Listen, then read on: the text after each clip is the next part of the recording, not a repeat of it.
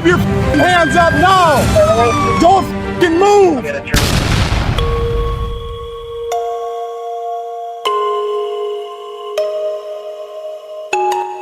Late at night on June 5th, 2021, police officers from Woodbury and Oakdale, Minnesota, responded to multiple 911 calls reporting a drive-by shooting in a residential area where a high school graduation party was taking place.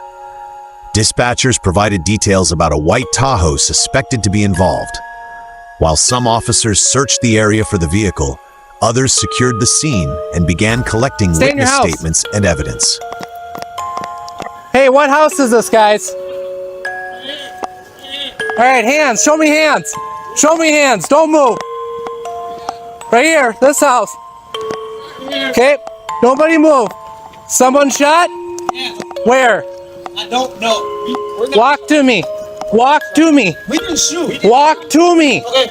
Just follow our orders and we'll figure this out. While this is ongoing, police officers finds the white Tahoe speeding by. Again, Woodbury squad, either white Tahoe or white Escalade, driving fast by 611. Get out here! Oh, here. My house is full of people! 719, I need a lot of cars to the house. A lot of cars now. 576, I got a white SUV, northbound Century, high rate of speed, passing up Rafton. Everybody out! Everybody out! Let's go! There's a baby. Okay, well, we need you out I here. need everybody to come out of my house! Everybody! After securing the house, the officer continues examining the scene, while other officers prepare to question witnesses for more details about the incident. Their immediate focus is locating the suspect and bringing the pursuit to an end. 7131, I'm coming down 94, I'm almost to Century. Almost to 94. Westbound 94 from Century. 7131, I'll be behind him shortly. 7131 will be behind 76. Still high rate of speed, passing vehicles, run the frontage road. Passing vehicle down the frontage road.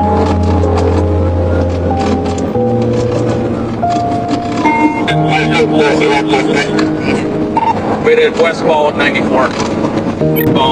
Under Ruth. Westbound under route.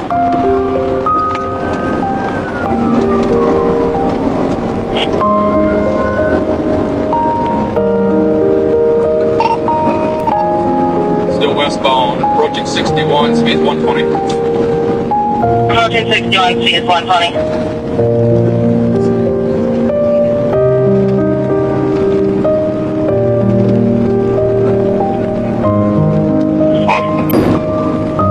Johnson Parkway by St. Paul in Ramsey County. Over Johnson Parkway, we're advising on LTAC 1.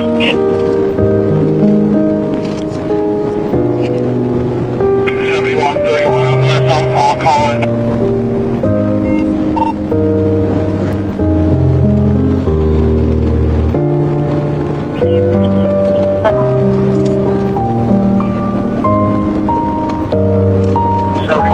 Approaching 52.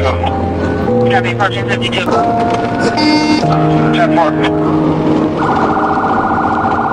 Need a 600 Victoria westbound. 6 westbound at Victoria.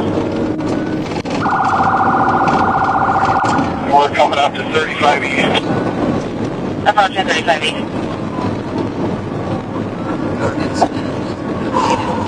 For the stop was driving conduct. The vehicle is driving over 4 lanes of traffic. No signals, making erratic turns. Vehicle description.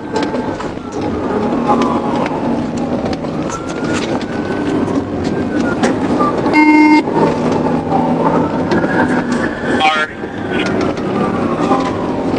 We have a big car to the front.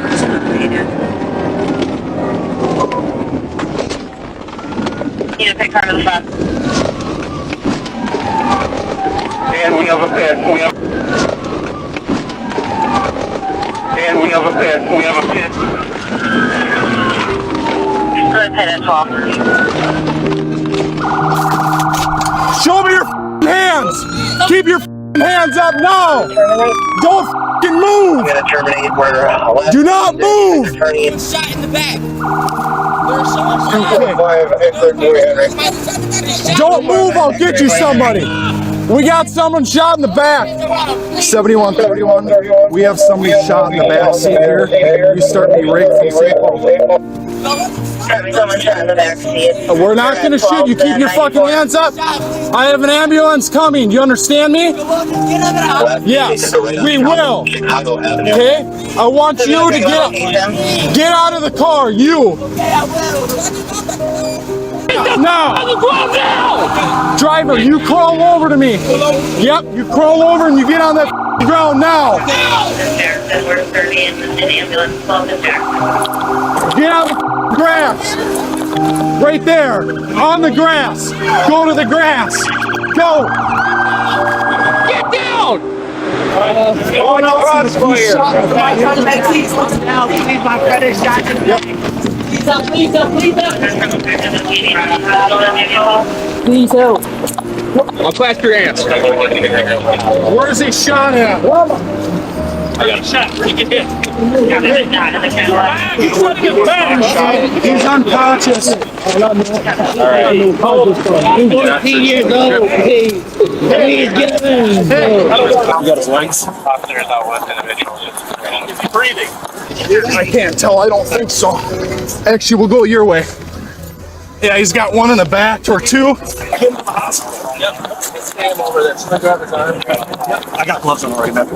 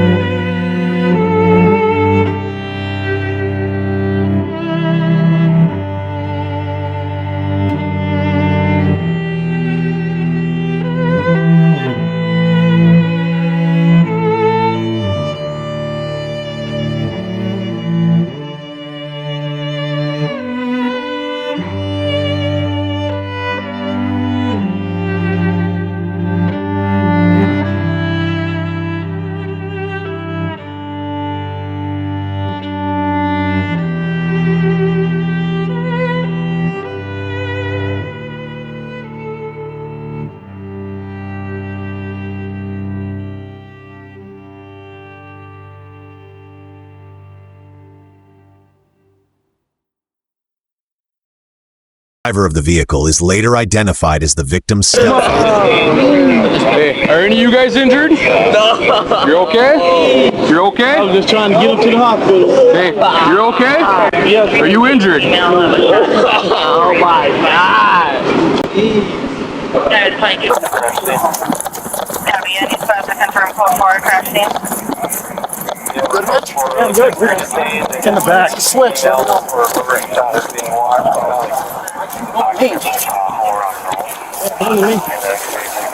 Switch out. Which door are we going in? No.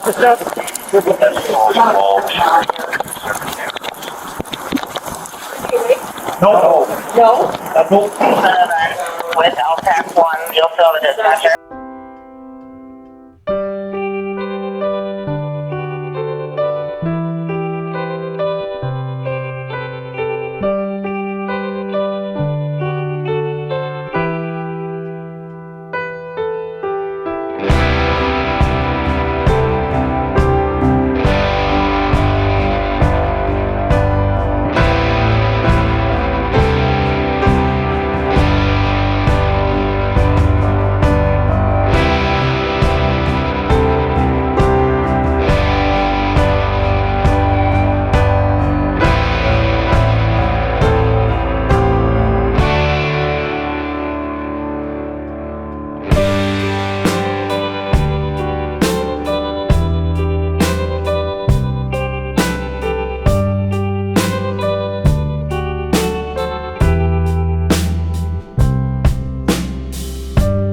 be out here with Keith, okay? If you guys just want to hang out in the hall, because Adam's got 2 right down the hall that he's going to be trying to have parents come and pick him up and stuff, okay? Absolutely. So when you get into St. Paul there, and it sounds like they pitted your car, okay? Twist you around. Yeah, I was trying to go slow. I didn't want to hear it. I was turning me around. You know, I'm trying to get to the hospital. Yeah.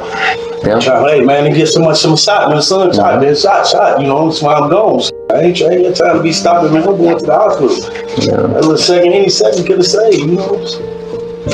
The autopsy performed at a later date detailed that the bullet traveled through a lung and parts of his heart. I'm sorry, man. I'm so sorry. I'm trying to save it. I'm trying. It's a Woodbury hospital. It was closed. I know. Man, try. I know. Listen, you know, look at that part of these already have gotten boat. Jets. Tubing, man. We need to go. We go. That's what Michael said. I know. I'm so sorry, Keith. Keith, before we start talking here, I don't know. I'm kind of coming in on the back end. I've been talking to people and kind of have a good idea of what's going on here, okay? And I know that I understand the reason why you just kept on going to the hospital. Makes complete sense. They stopped me, called me, told me to come, man. Man, they robbing them and stuff, they brother and stuff. Okay, before we get into that, I know you're going through so much right now, but because I have you here, okay, I have to read your rights. I'm not saying you're going to jail, okay, but I have to read your rights because you're technically in custody, okay? So before we get into details, if you want to get into details, I got to do that, okay? You understand? Okay. Okay, Keith, right now you have the right to remain silent. Do you understand each of these rights I explained to you? Okay. Do you want to talk here today? You get charged with anything? I honestly, right now, I don't know. I don't know the story. You fled from police, and that makes complete sense to me, okay? So looking at this from where I'm at now, I can't say you're not getting charged. I couldn't, given the circumstances, it's reasonable what you did, but I don't know. My plan is getting you home. Okay? Yes, sir. Okay. Do you want to talk? Yeah, I guess a couple of weeks before that, I guess they was telling me that they having some money and some guys or something, but I don't know. Dearis was saying that? Dearis and Davion or whatever. Okay. I guess something with his older brother, I don't know why they messing with my kids or something, you know? Yeah. They don't be out on the streets and nothing like that. So he called me tonight, I just got out the shower. He called, man, they trying to rob my brother, take his car, and he got rims and stuff, with 16-year-old, he got some rims on his car, nice car and stuff, and So when Dearis called you, so he was at the party, he called you, Yep. He's having problems. Yep, he called me. He said some guys at the thing trying to rob him right now. He say any names or He anything? said no name. He said something about some WAP or something like that. I don't know what that is. I heard him say something about some WAP or something. I don't know what's that or whatever, but I heard him say something about WAP or something. Okay. During the interrogation, Keith refers to the primary aggressor, likely Xavier, as being part of a group. He appears to be referencing the Bad Side Mafia, a gang known to operate in the Twin Cities. A criminal complaint, reported by the Pioneer Press, identifies Xavier as an associate of the gang.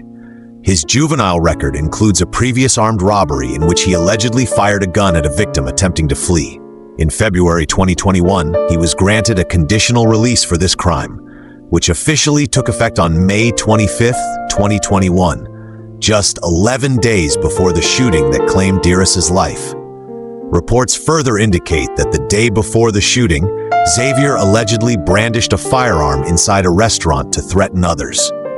During a later interrogation, the 17-year-old provided his own account of the gang's activities. What's the WOPP? W-O-P-P. What does that stand for?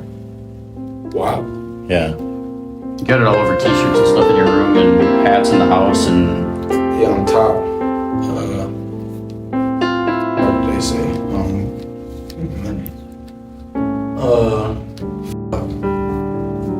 I have no brain fart right now.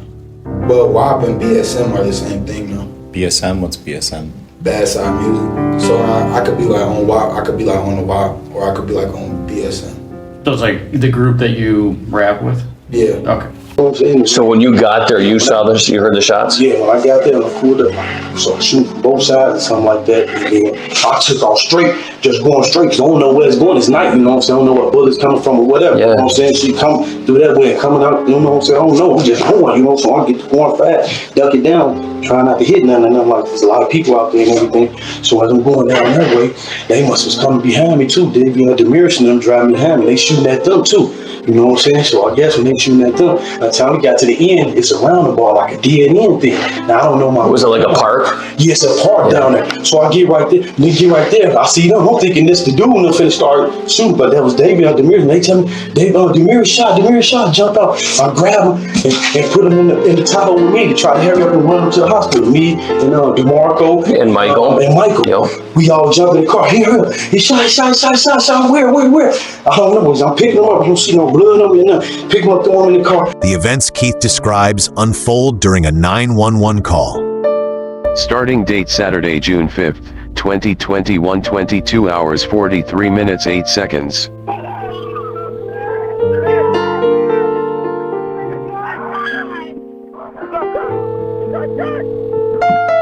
911, what's the address of your emergency?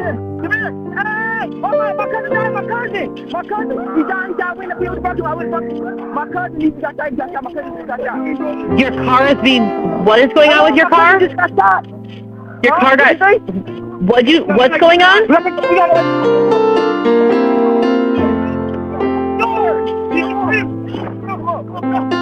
Hello, I need someone to tell me what's going on.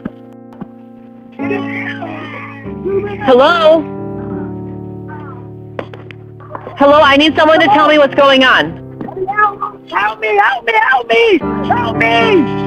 I need to know where you are. I need to know where you are. I'm trying to help. Help me. Come on. I need to know where you are.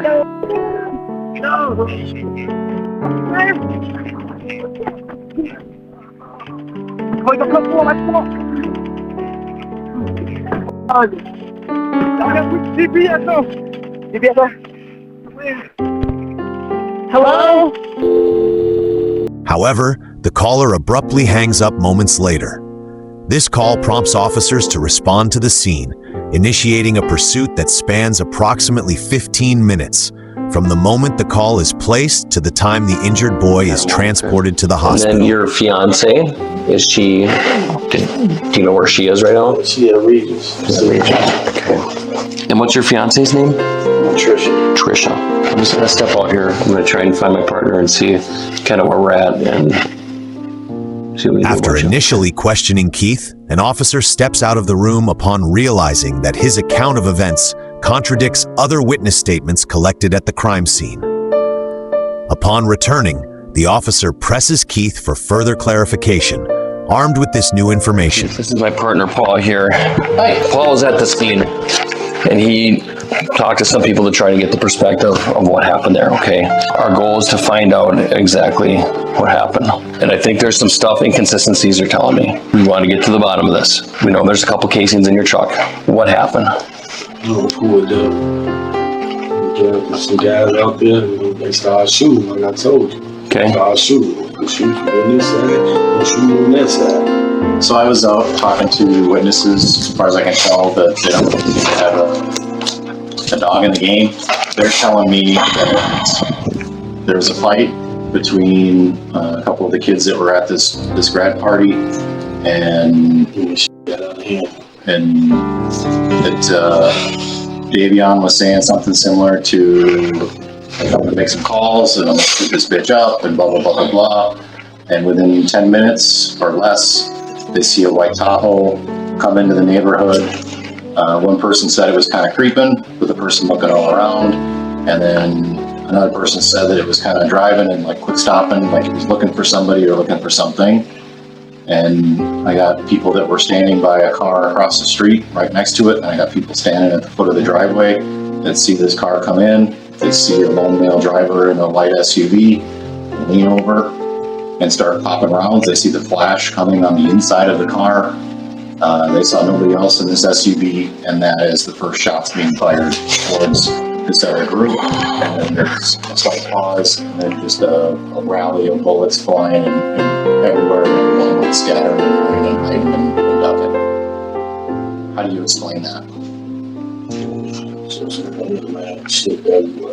Shots fired. Did you fire back? Yeah, Okay. I appreciate you being honest. Okay. Did you fire first?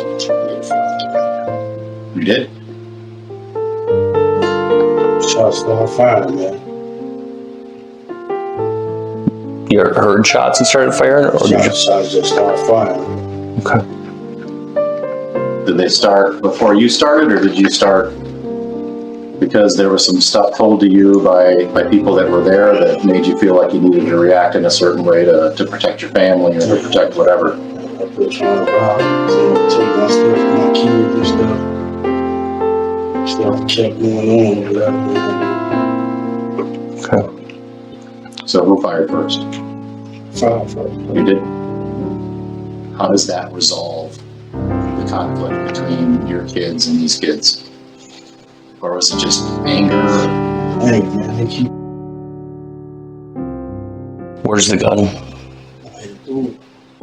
Okay. It's over there on Century. Do you think it's on Century? So it's Century in the parking lot. Century in the park. What parking lot? It's the parking lot over on Century by that SA over there. By that apartment building. Okay.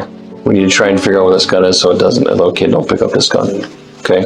I'm gonna pull my map out. Keith continues to cooperate, providing details about where he fired his weapon, where he disposed of the gun, and ultimately confessing to his role in the incident. Following his admission, officers take him into custody while pending charges are reviewed. Authorities later recover the firearm he discarded. Warrants are then issued for the remaining 3 suspects, Jaden, Enrique, and Xavier.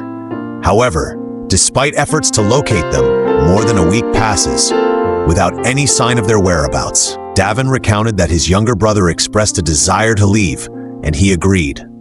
However, before they could go, Jaden, Xavier, and Enrique blocked their path. During his testimony, Davin stated that Enrique lifted his shirt to reveal a gun in his waistband while warning them not to try anything. Enrique then attempted to take whatever was in Davin's pockets. At that moment, Davin recognized Xavier, not just as a former classmate, but also as a client. Davin worked as a barber and had given Xavier a haircut just weeks before the incident. His father, Keith, even mentioned this connection during his interrogation. My son, he cut hair. Davion cut hair. I guess these same little kids have been over at our house. During his court testimony, Davin recalled repeatedly telling Xavier, "Get your friends. I just cut your hair. I have nothing." Without warning, Jaden struck Davin with an open hand. In response, Davin quickly grabbed his younger brother and gathered his group to leave. As they were leaving, Davin testified that Xavier issued a warning, "I better see no windows come down, or I'm flipping your car," implying he would open fire if they attempted a drive-by shooting. During his interrogation, Xavier denied involvement in this particular incident, claiming that people were focusing on him solely because of his status as a rapper. I'm looking at everybody, and then everybody looking at me, right? Literally, the whole party knows me because I'm a rapper, you feel me? They all know me, you know, they listen to my music and stuff like that, they my fans or whatever like that. So, I'm not a problem starter, but you feel me? I handle business, so they left. After they get in the car, Davin's little brother Dearis calls his stepdad and Davin's biological father, Keith Dawson, and informs him of what happened. Davin explains that he took the phone from his younger stepbrother at this point and started talking to his father. Davin shared that Keith yelled at him in this moment and claimed that his father was scared. He shared his dad said to stop going places in public because there's so much drama in the world right now. Davin explained in court testimony that this was not the first incident between himself and Xavier, adding that his father likely did not know Jaden or Enrique Keith. They got their haircuts and everything because they go to school with each other, you know, but I don't know them personally though. Okay. Then drove his white Chevy Tahoe and met the group in a car dealership parking lot. Here, Keith allegedly explained to the group that they needed to go back to the party so that the 3 harassers would stop messing with them. From here, most of the story is known. Keith drove by the party in his Tahoe while Davin trailed behind, driving the silver Kia, which housed all of his peers. Dearis sat in the middle back seat of the car. Next, Keith shot at the three aggressors while they were outside their Dodge Durango. Enrique immediately started firing back using the gun in his waistband. Xavier ran to the wheel well of his girlfriend's car, where he stashed his pistol and laid down on the grass to return fire. Jaden, although the lead aggressor, did not fire a weapon. Over 40 bullets flew that night. Davin screamed for the passengers to duck as he tried to drive away from the scene. In this moment, Dearis exclaimed that he had been shot and that he couldn't breathe. When Davin turned around to look at him, he shared that Dearis's head slouched over and his brother looked lifeless. According to reports, this would be the only bullet that struck a person. Forensics shows that the bullet traveled through the back license plate of the silver Kia through the back seat before hitting Dearis. He was pronounced dead at 11:12 that night. Davin swears in court that he and his peers did not know Keith had a gun in the car, nor that he was going to shoot at their aggressors. This is despite witness statements that night claiming he had threatened to get the place shot up. This led to Davin honking his horn to get his father's attention so he could pull over, where they transferred Dearis from the Kia to the Tahoe. We know where Keith, Dearis, DeMarco, and Michael went that night. Davin and Brianna went a different direction in their Kia. They attempted to drive back to his mom's house. In a witness statement, Brianna shares that they were chased by the Dodge Durango they believed to be driven by Jaden, with Xavier and Enrique as passengers. Davin shares that he sped and ran red lights on the way, trying to lose them. They took another route leading them to his aunt's house. This account may or may not have been driven by fear or paranoia. However, other police reports contradict that the three aggressors drove off in the Durango. Instead, Xavier, his girlfriend Alexis, Enrique, and others got in her red Honda Civic and were followed by Jaden in his Durango, where they stopped at a gas station and then went to Xavier's home. Because Xavier had a juvenile criminal history, officers were already familiar with him and his address and attempted to extract him from his home that night, though officers were not able to find him. Xavier shared a surprising revelation about where he was that night. So you were still kind of in the area when Oakdale PD showed up at your house? Oh, I watched everything happen. Like, I watched them surround my house 4 times. Did you stay there all night and watch it? Damn near. I heard, them say my name. Okay, that's probably with the big, giant armored tank-looking thing or whatever. Yeah, there's 3 of them. Brianna and Davin, believing they had presumably lost their assailants, entered his aunt's home and informed her of the situation. From there, she drove them in her car to Davin's house and discovered police were already there questioning his mom, who had already been informed her other son was shot that night. Davin and Brianna's story aligned with the first account Keith told the following morning. The pair were questioned again and were informed that Keith told the whole truth, prompting them to do the same. The incident occurred on the night of June 5th, 2021. The report much of this information was extracted from was written on June 10th. The 3 initial harassers, Jaden, Xavier, and Enrique, were still at large at that time, their whereabouts unknown. In the days after the shooting, it was discovered that Xavier fled the state of Minnesota, traveling all the way to Florida. He was assisted by his mother, Susan Blood, and his girlfriend, Alexis Moore. On June 15th, 10 days after the shooting, the vehicle they were traveling in was discovered coming back through Wisconsin. It was apparent that Xavier changed his appearance by cutting his hair short. Officers followed them into Minnesota, where they shut down Interstate 94 and apprehended the 3 of them. After his apprehension, officers investigated the search histories of Xavier and Susan's phones. The findings alluded to fleeing and hiding within hours after the incident. Susan searched hotels near me. Other searches made on their way to Florida included, how do you get to Mexico? What do you need to cross the border? And can police trace iPhones? On the way back into Minnesota, they were searching for flights that went from Minnesota to Texas, implying he may have continued to run if he was not apprehended. On June 16th, court documents indicate Jaden turned himself in. Finding Enrique would prove a difficult feat. Okay. Not really. Okay. He won't listen to y'all. Do you think who do you listen to? To me. I mean, I'm top, literally top wop. I know it might seem a little stupid, but the name mean a lot. For several months, law enforcement urged the public to come forward with any information regarding Enrique's location.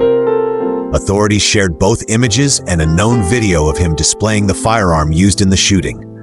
Eventually, on September 30th, 2021, almost 3 months after the incident, he was located while hiding with a family member and taken into custody.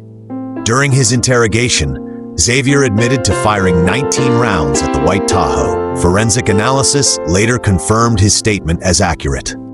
I know how many times I shot. How many? I shot 19 times. The only controlled shots I had was them 5 shots. So the first 5 were more controlled. Yeah, the first. And then you were going for like fire superiority kind of thing. Right.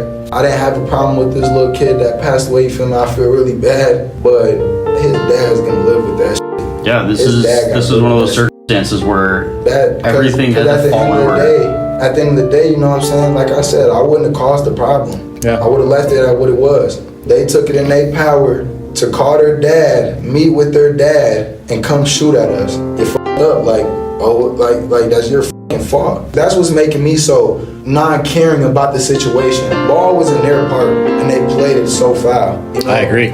And it ended up in a little boy's life being taken. That shit is tragic. He could have left it alone. He should have been the grown man he's supposed to be and left it alone, but... We started a gun battle in the middle of a residential neighborhood that left one kid dead, a bunch of houses shot up. Just wish I would have stayed at home. I didn't go there with any intention to hurt anybody. I didn't mean to hurt anybody. I protected myself and my loved ones. I protected my girlfriend. I protected damn near everybody at the party. Yeah. I'm like Superman. I'd have killed 4 more people for that's my life right there.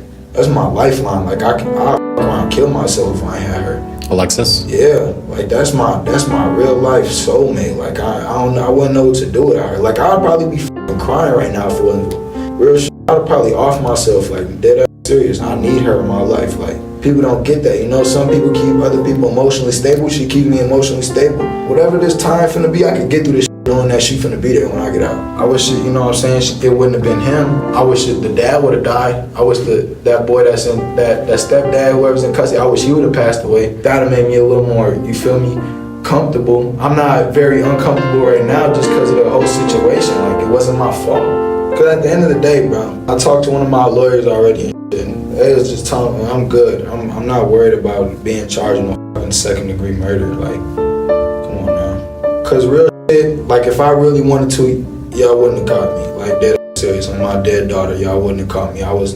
away.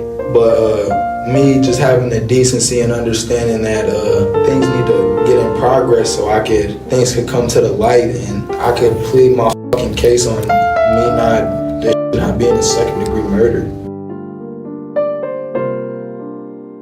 A total of 6 individuals were charged in connection to the case. Xavier's mother and girlfriend. Xavier's mother, Susan, and his girlfriend, Alexis, were both charged for assisting him in evading arrest. While Alexis had no prior criminal history, Susan had previous charges related to identity theft, forgery, and property damage. In this case, both faced charges of aiding an offender to avoid arrest and aiding an offender as an accomplice after the fact. Following their arrests, Alexis secured release on a $25,000 non-cash bond, while Susan posted a $30,000 non-cash bond. Susan later accepted a plea deal, resulting in a conviction for aiding an offender to avoid arrest, while her second charge was dismissed. She received a 1-year prison sentence, which was stayed in favor of 4 years of supervised probation. Alexis also took a plea deal, leading to the same conviction with her second charge dropped. She was sentenced to 180 days in jail, with the option to serve her time under home detention and placed on 4 years of supervised probation. Additionally, Alexis was ordered to pay approximately $250 in restitution to the Minnesota Crime Victim Reimbursement Program. Keith Dawson, stepfather of the victim. Keith, who had a lengthy criminal history, including convictions for drive-by shootings, burglary, and illegal possession of firearms, also faced multiple charges.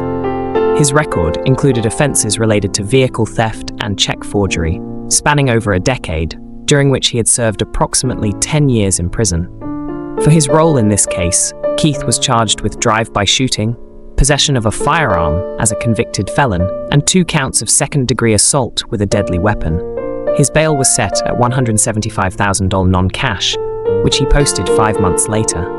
After his release, he was placed under GPS monitoring, prohibited from possessing firearms, and ordered to avoid contact with victims and witnesses, except those living in his home. Keith accepted a plea agreement, pleading guilty to the drive-by shooting charge while his other charges were dismissed. He was sentenced to 7 years in prison with credit for time served. Factoring in parole eligibility, he is expected to remain incarcerated for several more years. Jaden Townsend, initial aggressor. Jaden, identified as the initial aggressor based on witness testimony, had no prior significant criminal record. His bail was set at $500,000, which he did not post. He faced charges of aiding and abetting second-degree murder without intent, and 4 counts of aiding and abetting second-degree assault with a dangerous weapon. Jaden later accepted a plea deal, which dismissed most charges except for 1 count of aiding and abetting second-degree assault with a dangerous weapon. Over a year after the incident, he was sentenced to 3 years in prison with credit for time served. He was also ordered to pay nearly $25,000 in restitution, with funds allocated to the Minnesota Crime Victim Reimbursement Program and Brianna, the girlfriend of the victim's brother, whose family provided impact statements detailing the trauma of that night. Enrique Davala, shooter responsible for the fatal shot. Enrique had a history of violent crimes, including convictions for assault, fleeing law enforcement, vehicle tampering, first-degree aggravated robbery, providing false identification to police, and leaving the scene of an accident. In this case, Enrique was charged with aiding and abetting second-degree murder without intent, and 4 counts of aiding and abetting second-degree assault with a dangerous weapon. Investigators determined that the fatal bullet that struck 14-year-old Dearis had likely been fired from Enrique's weapon. This conclusion was based on forensic analysis, DNA evidence, and video footage confirming his possession of the gun. Enrique accepted a plea deal, pleading guilty to aiding and abetting second-degree murder without intent and 1 count of aiding and abetting second-degree assault with a dangerous weapon, while the remaining charges were dismissed. For the murder charge, he received a 20-year prison sentence with credit for time served. For the assault charge, he was sentenced to an additional 3 years and 3 months to be served consecutively. In total, Enrique must serve at least 2/3 of his sentence before becoming eligible for parole, meaning he is expected to remain in prison until his 40s. He was also held jointly responsible for restitution payments ordered in Xavier's case. Xavier Hudson, shooter and gang associate. Xavier, who was 17 at the time, had an extensive juvenile record, including armed robbery and alleged gang-related threats. Given the severity of his charges, he was prosecuted as an adult. He initially faced charges of aiding and abetting second-degree murder without intent, 4 counts of aiding and abetting second-degree assault with a dangerous weapon, and 1 count of illegal firearm possession as a previously adjudicated delinquent. 5 months after his arrest, he posted a $750,000 bond for release. However, the court later revoked this decision, leading to his rearrest with a new bail set at $5 million, which he was unable to pay. As legal proceedings progressed, additional counts of second-degree assault were added to his charges. Xavier initially pleaded not guilty. During the trial, Jaden unexpectedly appeared as a witness. At the time, Jaden was on probation, which allowed him to testify. Security had to escort him from the courthouse due to tensions, and disturbances in the parking lot led to increased security measures during the trial. Xavier was ultimately found guilty on all charges. His convictions included aiding and abetting second-degree murder, 5 counts of aiding and abetting second-degree assault with a dangerous weapon, and 4 counts of second-degree assault with a deadly weapon. In the end, he was formally sentenced for aiding and abetting second-degree murder and 2 counts of second-degree assault with a dangerous weapon. His total sentence amounted to 37 years and 3 months in prison, with credit for time served. Based on parole eligibility, he must serve at least 23 years and 8 months before qualifying for early release, meaning he will likely remain incarcerated well into his 40s. Xavier was also ordered to pay over $166,000 in restitution, an amount that Enrique was held jointly responsible for. The restitution was distributed between the Minnesota Crime Victim Reimbursement Program and the victim's mother, Tricia. As of now, Xavier is appealing his case in an attempt to overturn his conviction or reduce his sentence, but the final outcome remains uncertain.